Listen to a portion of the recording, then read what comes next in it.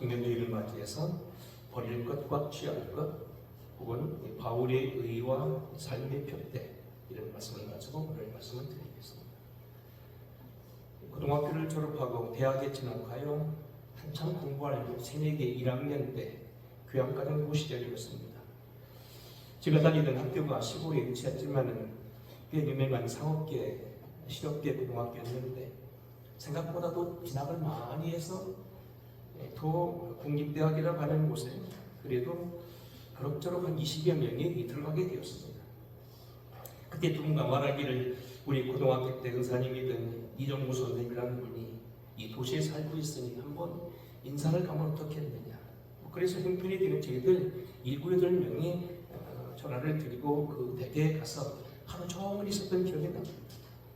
마침 명절이었고 제게는 그때는 아직 교회를 나가던 시절이 아니라서 마음 편히 그 댁에 가서 음식도 얻어먹고 물론 조그만 선물을 준비했지만 같이 영화도 보고 여러 얘기를 나누면서 대화했던 기억이 납니다.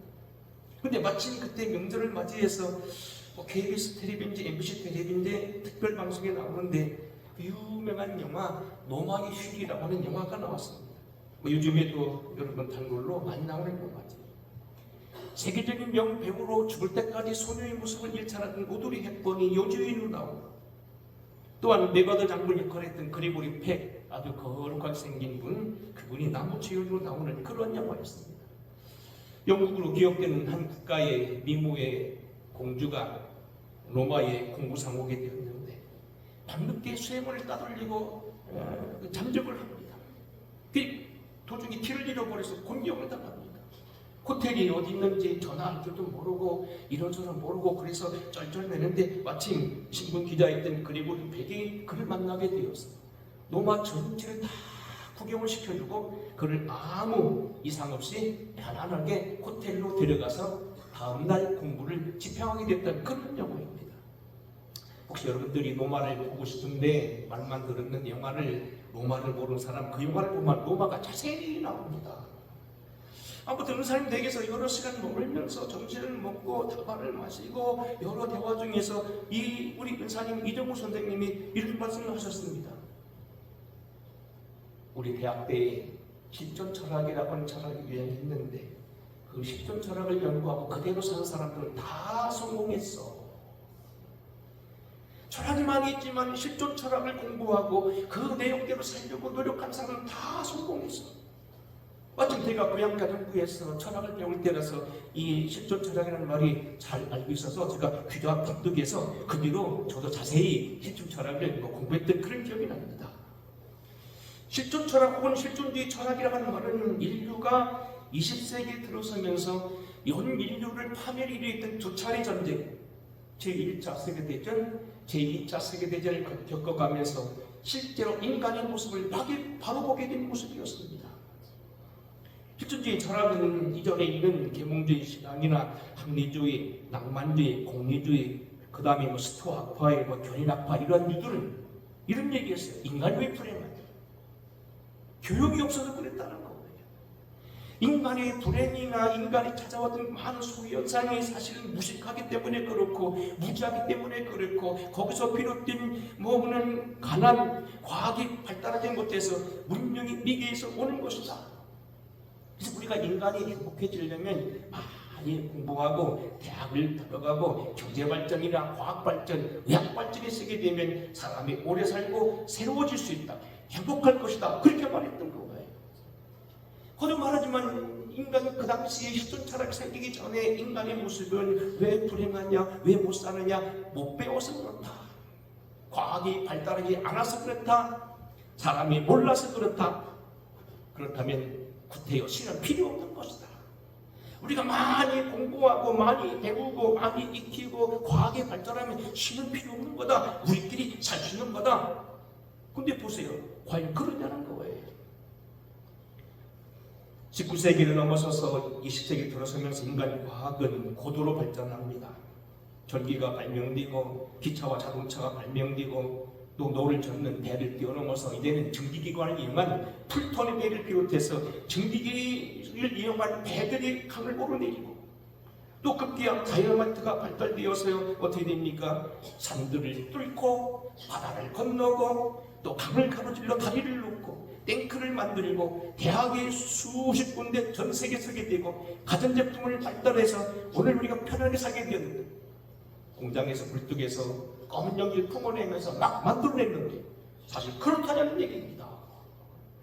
말씀 그대로 우리가 알고 있는 합리주의 철학대로 인간이 많이 공부하고 인간이 많이 배우고 과학이 발전하고 경제적으로 부흥하게 되면 사람이 행복할 거라고 생각했는데 아니요, 결과는 그렇지 않다는 거예요. 인간 이성이 고도로 발달되고 과학이 급속적으로 발전되면서 인간들은 또다시 문제에 봉착하게 되었어요. 인간이 상품화된 것뿐만 아니라 쏟아져 나오는 신제품을 팔아먹기 위해서 강대국이 결국 전 세계를요 식민지화하기 시작했어요. 생산량에 쏟아져 나오는 그 모든 물건을 팔아먹기 위해서 아니면 그 의사가 오히려 망하게 되니까 작은 약소국가 아프리카를 비롯해서 중남미를 비롯해서 이 아시아의 소대륙을 침략하기 시작해서 소위 신흥제국이 들어서게 됐어요. 결국 일본이 우리나라 침략하는 그 원인 중에 하나예요. 그러다 그들은 결국 신제국을 중심으로 형성된 부록들이 나중에는 전쟁을 일으키게 됩니다. 합스부르크와의 오스트리아와 독일이 충돌하면서 생긴 것이 제1차 대전이고요.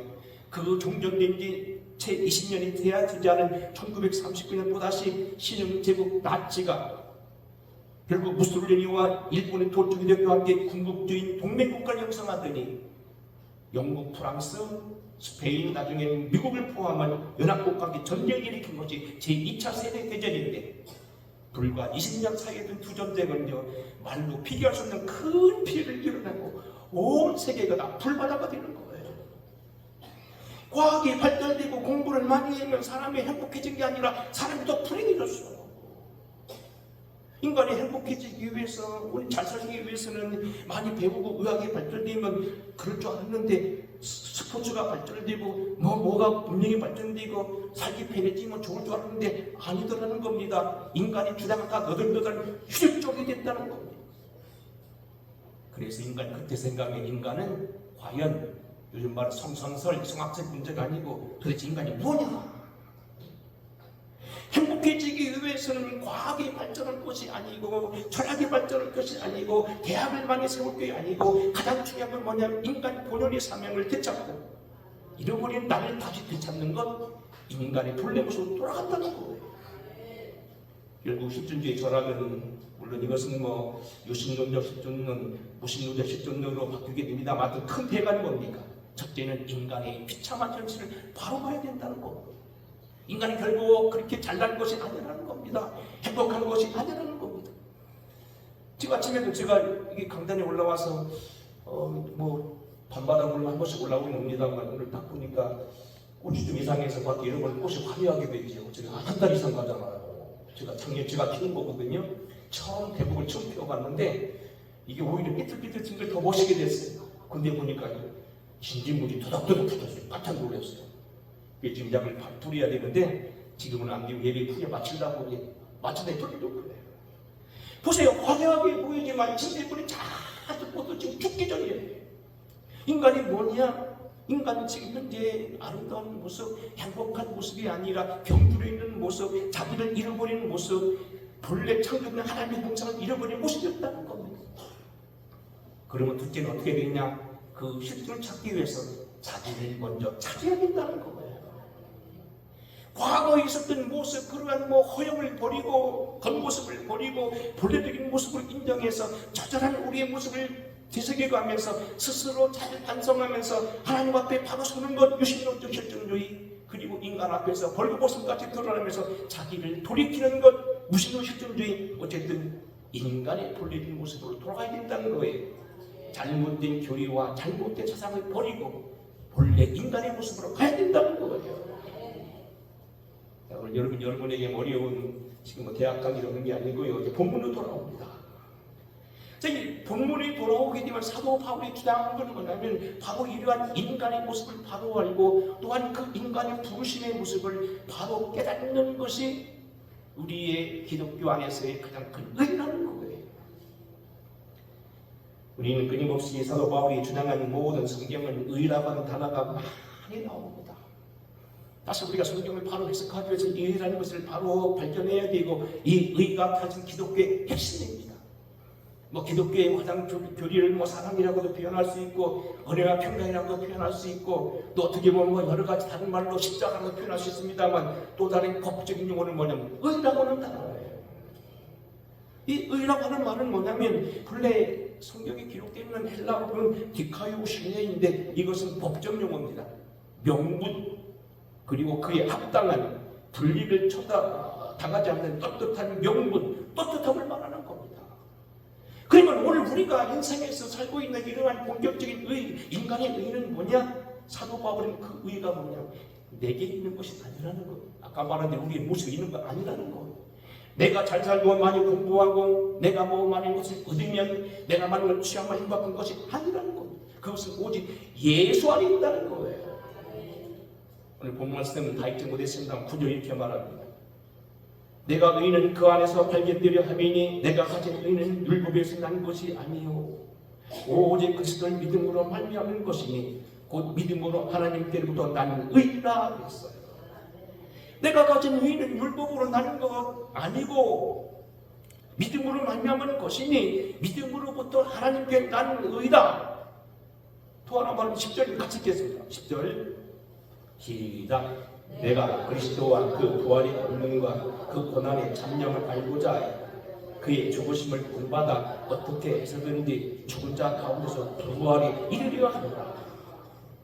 사도 바울의 의는 일단 그리스도 안에 있는 것이고요, 그 생활 모습은 다시 부활의 참념인 거예요. 우리가 지난주에 세례받았지만 세례의 의가 뭐지요? 세례받을 때는 그리스도와 함께 죽고 다시 그리스도와 함께 부활하는 거예요.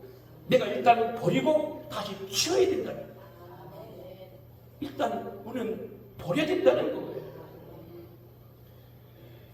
사도 바울이 오늘 여기 이러한 의를 주장하기까지 그리스도의 의는 사실은 그에게는 사실 다른 의가 있었습니다. 4장 7절을 보게 되면 바울도 육체적인 의, 환경적인 의, 그것도 사실 만만치 않았습니다. 4절입니다. 나도 육체를 신뢰할 만하며 만일 누구든지 다른 이가 육체를 신뢰할 것이 있는 줄 생각하면 나는 더욱 그러하리라. 나는 8일 만에 할례를 받고 이스라엘 족속이요 베냐민 지파요 히브리인 중에 히브리인이요 율법으로는 바리새인이요 열심으로는 교리를 박해하고 율법에 이르는 흠이 없는 자라. 사실 사람의 예를 든다면 학문적으로나 교양적으로나 종족적으로나 이걸 보면 사실 나도 뒤지지 않는다. 근데 그건 내 의가 아니라는 겁니다. 7절. 그러나 무엇이든지 내게 유익하는 것을 내가 그리스도를 위하여 다 배설물로 해로 여길 뿐더러 8절 같이 읽겠습니다. 시작. 또한 모든 것을 해로 여기면 대주 그리스도 예수를 아는 지식이 가장 고상하기 때문이다.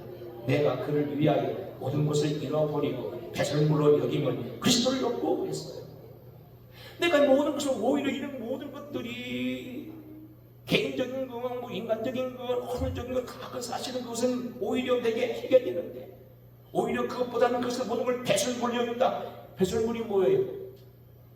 여러분 보면 나오는 냄새나는 거, 동안하는 거 앉아는 그거는 우리가 배설물이라는 거예요. 사도 바울의 은혜는 거듭거듭 반복합니다만 8절입니다. 그리스도를 얻고 그 안에서 발견되려 하니 내가 가진 은혜는 율법에서 난 것이 아니요 오직 그리스도를 믿음으로 말미암는 의니 곧 믿음으로 하나님께 난 의라. 사랑하는 성도 여러분, 사도 바울의 의는 결국 예수 안에 있는 의였어요. 근데 이 의는요 거기서 머물지 않는다는 거예요. 지난주 우리가 세례한 대로 세례라는 게 뭐예요? 장사 지낸 바 되었다가 물을 만물의 대표로 봐서 장사 지낸 바 되었다가 거기서 끝나는 게 아니고 다시 부활하는 거라는 것입니다. 다시 예수와 함께 살아나는 거예요. 왜 삽니까? 행동을 하고 사는 거예요. 여러분 살아났는데 멀뚱멀뚱 눈만 뜨고 누워있다 사는 거 아니죠. 오히려 그건 다른 사람에게 방해가 될 겁니다. 여러분 오래 살아도 건강하게 살아야 되지. 이런 거 누워서 그냥 또구좀 싸고 누워있으면 여러분 자녀들에게 여러분 종만 나고요. 여러분 가족들에게도 폐가 된다는 얘기입니다. 내가 왜 사느냐? 주와 함께 활동하기 위해서 살아야 한다는 거예요. 만약 이렇게 표현한다 보니까 기독교가 버리는 것을 끝난다면 그건 다른 종교와 다름이 없다는 거예요. 지금 말씀드린 대로 우리가 뭐 의학을 부정하고 과학을 부정하고 문명을 부정하고 무슨 이성을 부정하는 것이 아니라 그것이 그리스도 안에 다시 살아서 다른 모습으로 쓰임받아야 된다는 거예요. 마치 실존주의가 자기의 겉모습을 버리고 잃어버린 호흡을 벗어버리고 인간적인 아닌 것을 벗어버리고 벌려진 모습을 찾아가듯이 우리는 다른 것으로 다시 새롭게 일어나야 된다는 겁니다. 결국 사도 바울의 의는 예수 안에 있는 의고 또 이는 또한 예수와 함께 행동하는 의예요. 생활로 연결된 그런 의라는 사실이에요. 언젠가 여러분에게 어려운 비교 준비학을 말씀해서 그랬습니다. 고등 종교의 특징은 뭐냐면 단순히 힘이 있는 것은 아니다. 고도의 종교가 되려면 구원론이 있어야 되고 그 이전에 창조론이 있어야 되고 종말론이 있어야 되고 내사론이 있어야 됩니다. 내사론이 없는 종교는 종교가 아니고 학문입니다.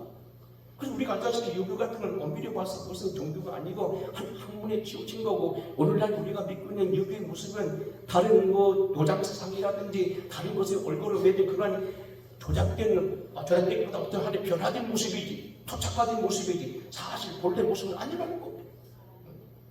우리의 신학은 의의 신학은 행동 철학이요 움직이는 의요 살아계신 의요 부활하신 주님과 함께 같이 동행하는 삶이라는 얘기입니다. 부활 후에 우리에게 주님 명령하신 것처럼 이 땅 위에 말씀을 심어가는 또 다른 보냄을 받은 삶이라는 겁니다.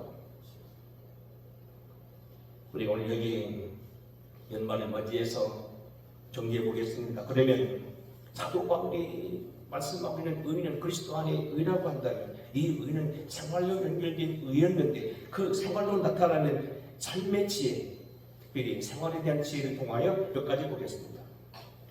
사울이 절대절명 순간에 발견한 삶의 지혜 중에 하나는 뭐냐면 놀랍게도 그것은 이미 말씀드린 대로 이미 이루었던 것을 버리고 뒤에 있는 것을 잊어버린다는 거였어요. 오늘 본문 말씀 11절입니다. 어떻게 해서든지 죽은 자 가운데서 부활이 이르려 하느니 내가 이미 얻었담도 아니요 온전히 이루었담도 아니라 오직 내가 그리스도 예수께 잡힌받은 그것을 잡으려고 쫓아가노라. 13절 같이 읽겠습니다. 형제들아 나는 아직 내가 잡은 줄로 여기지 아니하고 오직 한 일적 뒤에 있는 것을 잊어버리고 앞에 있는 것을 잡으려고 14절 표대를 향하여 그리스도 예수 안에서 하나님의 위에서 부르신 부름의 상을 위해 달려가노라. 일단은 뭡니까? 잊어버린다는 거예요. 이뤘담도 아니요 온전히 다 내가 다 취했다는 것도 아니라는 겁니다. 아직도 잡은 줄 여기지 않는다는 겁니다. 사실 사도 바울은요 엄청난 업적을 이룬 사람입니다. 좀 이런 얘기하면 뭐 지나칩니다만 이건 제 얘기가 아니고 신학교 교수들 얘기입니다. 사도 바울 없이 기독교가 있었겠느냐. 주님이 들으면 섭섭할지 모르지만 신학적인 결과는 그렇다는 거예요. 사도 바울이 이방의 세계에 가서 복음을 전하고 그가 오늘 여기 믿음으로 말미암는 의를 전하지 아니했으면 지금은 기독교는요 유대교에 있는 한 분파로 인다 없었다는 겁니다. 기독교는 거기서 머물러 끝났다는 겁니다. 로마의 세력을 뛰어넘지 못하고 그 가운데 진인들이 끝난 한 분파로서 요즘 말에 계룡산에 있는 한 종교처럼 그렇게 흩어져 버리고 말아줄 거라는 겁니다. 근데 사도 바울에게 유능한 인물이 나타나서 세계적인 종교로 바꿔놨다는 겁니다. 사실 이것도 의미가 있는 얘기입니다. 문제는 뭐냐면 그가 그렇게 많은 업적을 이뤘다는 거예요. 성경을 13권 썼지요. 교회만에 엄청나게 많은 교회를 세웠지요. 그리고 뭐 그가 이뤘던 건 성교적으로 모든 반면에 신학적으로 이신들이 옳지 분명히 세웠던 그런 대단한 분이었습니다. 그런데 그는 뭐라고 합니다. 나는 아직 내가 이런 줄로 여기지 않는다. 나는 다 이미 이런 사람이 아니다. 나는 아직도 어린애다. 나는 지금 달려가는 도상이 있다. 이런 얘기예요. 중요한 건요 그가 잊어버린다고 하는 이야기예요. 여러분 우리가 보면 압니다만 과거 한때 정상을 살던 사람들이 갑자기 추한 인간을 발견되는 건 왜 그렇습니까? 과거에 머물기 때문에 그래요. 정말 바르고 요만함에 기도했더니 뜨거운 가슴을 염원했던 그들이 그렇게 핍변된 모습을 뭐냐면 과거에 머무르기 때문에 그렇다는 겁니다. 하지만 사도 바울은 뭐라고 말합니까? 나는 이미 얻었담도 아니요 이뤘담도 아니요 잡은 줄 여기지 아니었다는 거였어요. 그에게 늘 새로운 출발만 있었다는 거예요. 사랑하는 성도 여러분, 뒤에 것은 잃어버리기를 주의 이름으로 축원합니다. 미국 목사들이 가끔 설교 가운데 쓰는 말이 있습니다. 목수는 톱밥을 연연해서는 안 된다. 새로운 작품을 만들기 위해서는 톱을 썰어낼 때 톱밥을 가지고 거기다가 자꾸 매이면 안 된다는 겁니다. 톱밥을 잊어버리고 버리는 거라는 겁니다. 새로운 작품을 나가야 된다는 얘기입니다. 때로는 우리가 잘한 것도 잊어버려야 되고 때로는 아팠던 상처도 잊어버려야 돼요. 아침 새벽에 말했습니다. 어제 밤 1시 반까지 제가 좀 유튜브를 봤어요. 다니엘 기도에 나오는 아무개 목사, 정현 목사님이 자기 아버지로부터 학대를 받고 온 몸이 빨래줄같이 이게 매를 맞아서 퍼른 것은 오래된 상처고 빨간 것은 최근에 맞은 거고 온 몸이 다 그렇게 되었고 그를 멍석으로 말아서 때려서 죽었다고 장사 지내려고 했는데 3번을 묻혔다는 거지. 엄마가 견디지 못하고 바깥을 나가면 엄마를 찾기 위해서 번이 알면서도 그저 돌아다니다가 새벽녘에 또 들어가면 맞으니까 아버지가 잠을 안 자라고 와서 새벽 밤새도록 헤맸다가 새벽에 들어갔다는 거예요. 그런 목사님이 뭡니까? 지금도 그분에게 그걸 잊어버려야 된다는 거예요. 또 한 번은 그 이전에 어떤 사모님은 지금은 강남 중앙침대교회 크게 제가 몇천 명 모이는 교회에 담임 목사 사모님 오셨습니다만 그 사모님이 과거 가족으로부터 학대받았던 것 미안합니다. 얘기하겠습니다. 시어머니에게 학대받은 것 지금 다 용서했대요. 그런데요 1년에 2차례 시댁에 가서 한 시어머니를 만나는데 용서 다 했대요. 그런 뒤에도 만나고 오면요 한번 꼬박하게 꼼짝 못합니다. 용서했고 충분히 이해했고 시어머니 입장을 인정했는데도 불구하고 그날 다녀온 날은 한 날이나 그 다음 날은 꼼짝없이 누워있는다는 거. 그걸 무슨 증후군이라고 그런 말이에요. 용서했는데 몸이 반응한다는 거. 우리의 과거가 우리를 아프게 하고 우리를 정말로 힘들게 하지만 그러나 이걸 모든 걸 정말로 잊어버려야 된다는 겁니다. 기독교의 아름다운 축복 하나는 뭐냐면 위대한 성인들도 다 잊어버린 사람들이었어요. 요즘 우리가 공부했던 영성사의 안토니우스라든지 베네딕투스, 데그리고리우스, 암브로시우스, 성프란시스, 마틴 루터 그리고 수많은 선교사들이 다 뭡니까? 잊어버린 사람들이었어. 과거는 로마 시당 출신이요, 과거는 거부의 아들이요, 과거는 유명한 사람들이요, 큰 부자들이었지만 다 잊어버리고 주님이 버린 사람들이었어요. 일단은 뭡니까? 잊어버려야 된다. 자, 내 시간이 이렇게 빨리 진행하겠습니다. 두 번째는 뭐냐면 목표를 정해야 되는데 그 목표는 오직 예수 그리스도였습니다.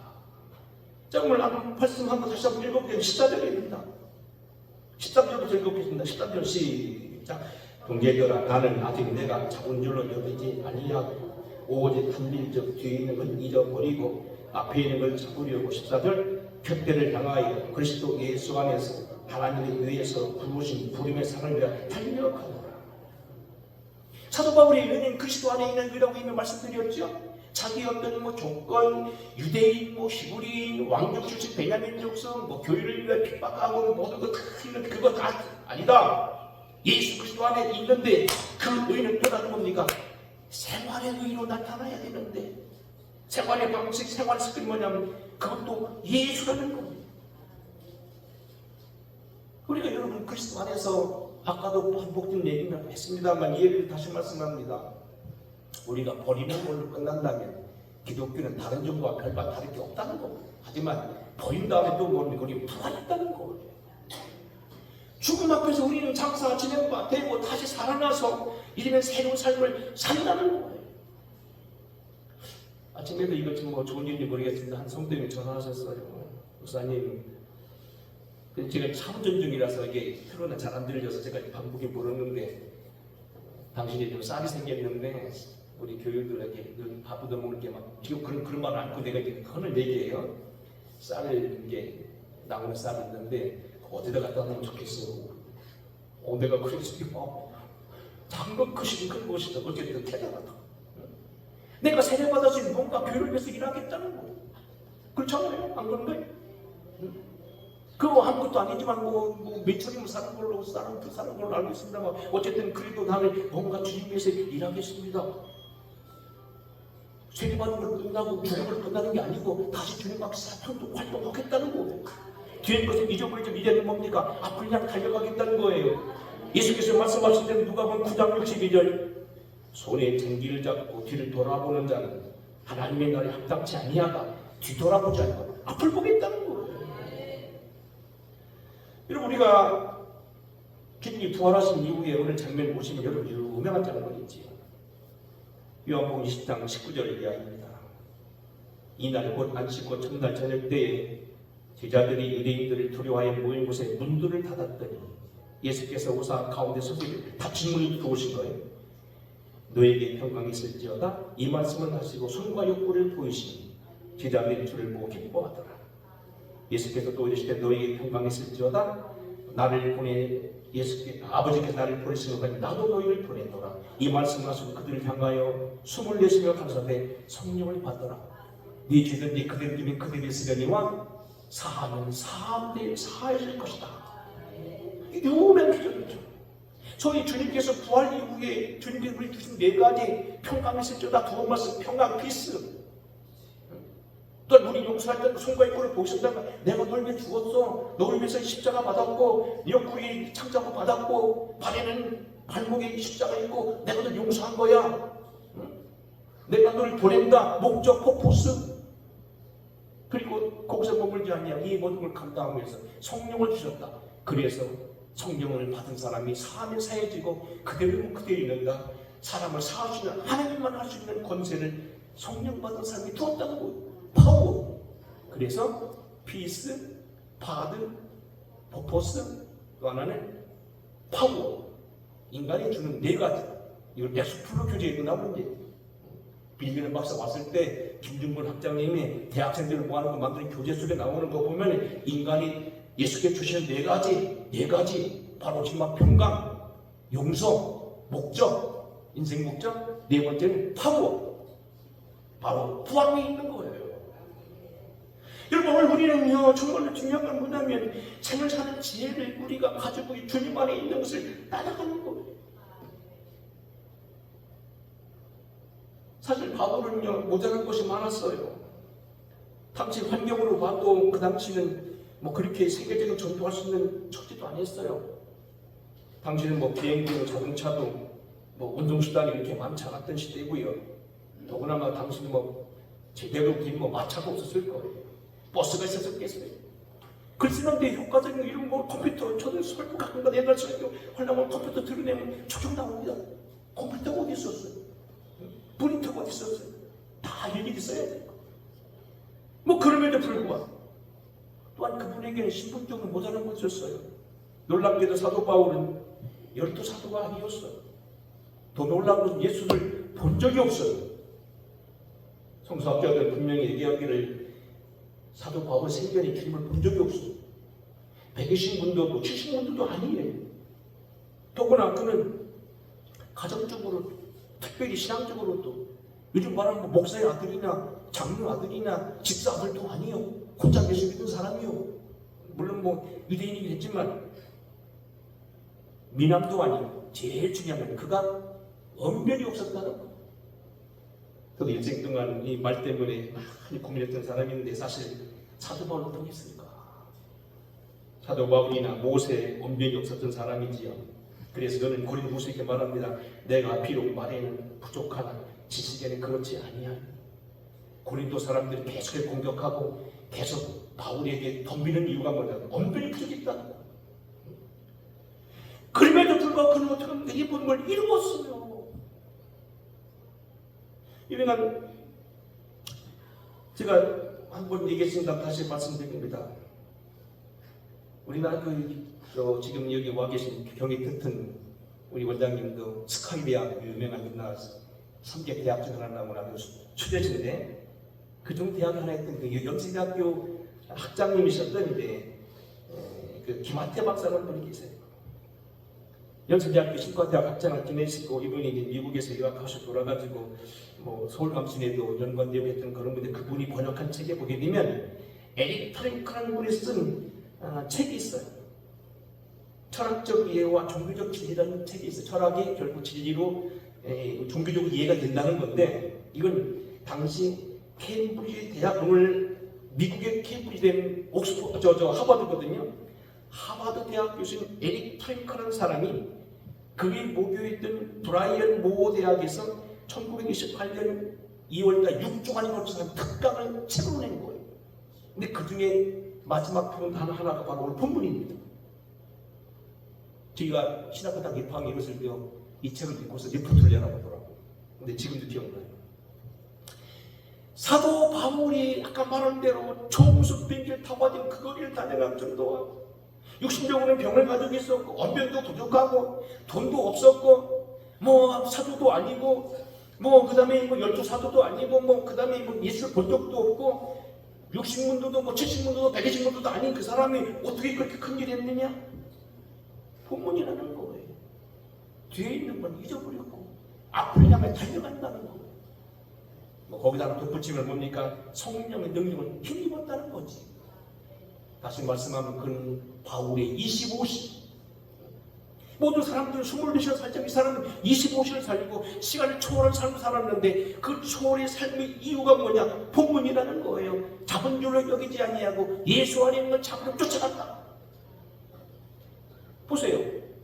이 몸을 자꾸 미안을 자꾸 제가 비유 맞추신 것 같은데, 우리 원장님께 그런 얘기죠. 옛날에 중국에 편자길이 있었고 또 누가 있었죠? 화태가 있었다는데 그분들이 뭡니까? 상처를 보면 막 뱉다는 거예요.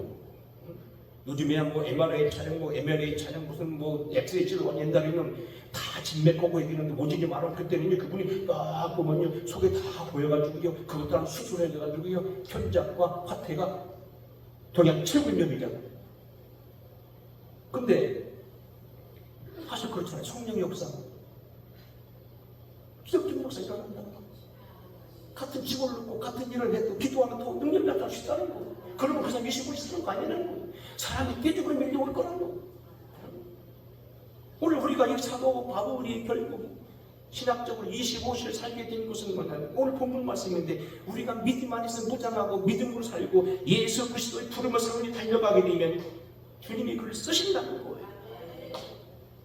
그 드라마 성진다면은 오늘 본문 말씀은 15절입니다. 근데 중요한 말씀입니다.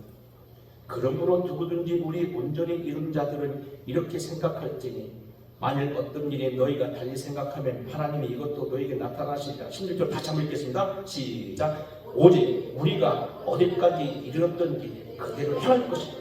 한번 따라하겠습니다. 그대로 행할 것이다.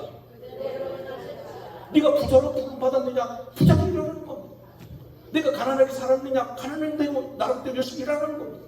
네가 공부를 많이 했느냐? 공부를 말한 대로 하고 모자라면 모자란 대로 일하는 겁니다.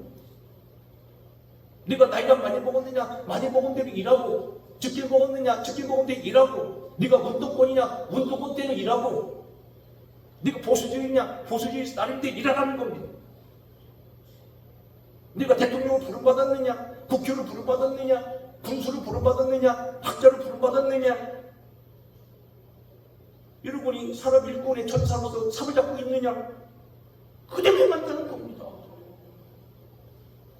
사실 이건 지난번에 우리 공부한 대로 오거스틴이 시간론과도 같이 여러분, 그래서 제가 이 영성사를 수요일날 한 거예요. 여러분 생각할 때 그런 거 왜 공부한 건데 굉장히 중요한 거잖아요.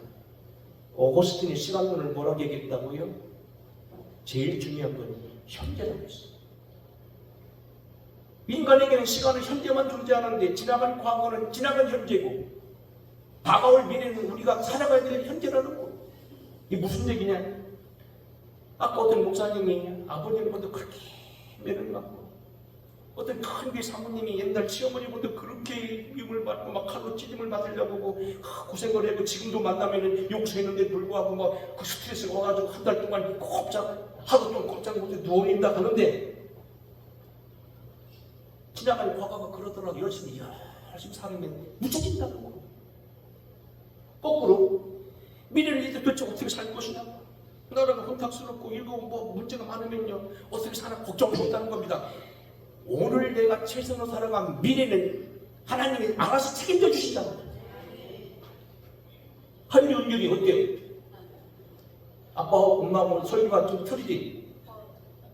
헐. 미래도 불안할 게 없다는 거예요. 내가 이거 돈이 얼마인데 없이 살아갈까 걱정하지 말라는 거예요. 열심히 내가 살아가면 하나님이 내게 형제를 만나게 하든 뭘 어떻게 하든 뭐 기업을 잘 되게 하든 사람을 만나게 하든 하나님이 책임져준다는 거예요. 그래서 언제가 현재만 있다는 거예요. 어신 참 아주 멋있는 말 많이 했어요. 어신 뭐라고 하는지 아세요? 마귀가 하도 강하게 역사한다니까 어신 이런 얘기 했어요. 마귀는 걱정할 거 없다. 자, 왜 어둡냐? 빛이 없어서 없다.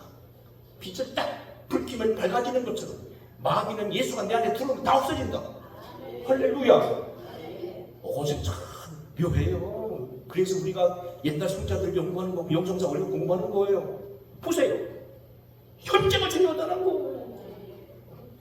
지나간 과거 아무리 더럽고 속상하고 잘해도 내가 교만으로 돼서는 안 되고 그거 생각할 거지 막 다 되고 지금 내가 목사로서 장로로서 권사로서 집사로서 군인으로서 의사로서 혹은 뭐 농사꾼으로서 아니면 내가 산업 전사로서 내가 무슨 처지에 있든지 그 처지에서 최선을 다하면 과거를 묻힌다는 거예요. 미래는 걱정할 거 없다는 거예요. 우리가 내가 주어진 삶을 최대한으로 살아가는 내가 사모로서 아내로서 남편으로서 오늘 가게 주인으로서 내가 성실 살아가면 미래는 하나님께 챙겨준다는 거예요. 미래는 우리가 다 살아가야 될 존재라는 거예요. 멋있어요, 멋있어요? 멋있죠. 그대로 행할지니라. 요란하게 마음을 아프게 했던 한 해가 또 지나갑니다. 금년 아마 10대 뉴스가 어떻게 나올는지 아직 10대 뉴스가 아직 신문에 안 나왔습니다만 뻔할 뻔자는 대통령이 바뀐 걸 거라고 생각합니다. 어쨌든 참 많이 제가 한 해를 정리해 보니까 천안에 가서 서울도 한번 가보고 막 걱정했던 거 그래 또 밥 세웠던 그런 것도 여러 가지 나오는데 어쨌든 잊어버려야 됩니다. 현재만 중요한 현재 내가 어떻게 살아갈 건가. 바울의 의의 목표는 예수상의 의였지만 그의 의는 결코 삭상공론이나 이론에 머물는 것이 아니고 생활로 나타나는 의였어요. 그 의는 일단은 버리고 달려가서 주님 안에 있는 의요. 내가 어디 있든지 그대로 행하는 것입니다. 만족도 원망도 없이 이제는 끝났다고 포기하고 말이야. 다시 의에서 푸림의 상을 위해 달려간노라. 나는 잡은 줄로 여기지 아니하고 오직 한 일적 뒤에 있는 건 잊어버리고 앞에 있는 걸 잡으려고 표대를 향하여 그리스도 예수 안에서 하나님이 부르신 푸림의 상을 위하여 달려가노라. 그리고 누구든지 오직 어디 이르든지 그대로 행할 것이다. 하늘을 보내는 여러분 생활의 지혜로 받으시고 하나님의 지혜로 새롭게 무장하신 여러분 되길 주의 이름으로 축원합니다. 고마우신 아버지, 2025년 한 해가 지나갔습니다. 정말로 저희들에게 다시 추억하고 싶지 않은 2025년이었습니다. 하지만 오늘 우리는 그리스도 안에 새로운 지혜를 발견하게 하여 주시고 위에서 부르신 그 상을 위해 달려가는 우리가 되게 하여 주시고 어디에 있든지 내가 무엇을 하든지 내가 어느 시대에 와 있든지 현재 최선을 다하는 우리가 되게 하옵소서. 그리스도 안에 있는 의가 나의 의가 되게 그 의가 죽어있는 의가 아니라 다시 부활하신 주님과 함께 동참하는 살아있는 의가 되게 하옵소서. 예수님 거룩하신 이름 받들어 간절히 축복하고 기도하옵나이다. 아멘. 찬양하겠습니다.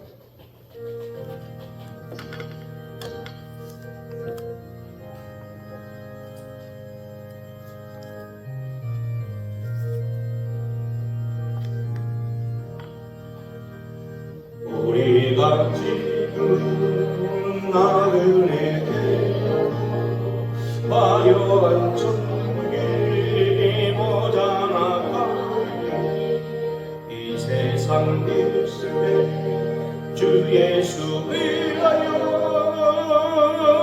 우리가 힘써 일하세. 주에게 부탁하신 전사도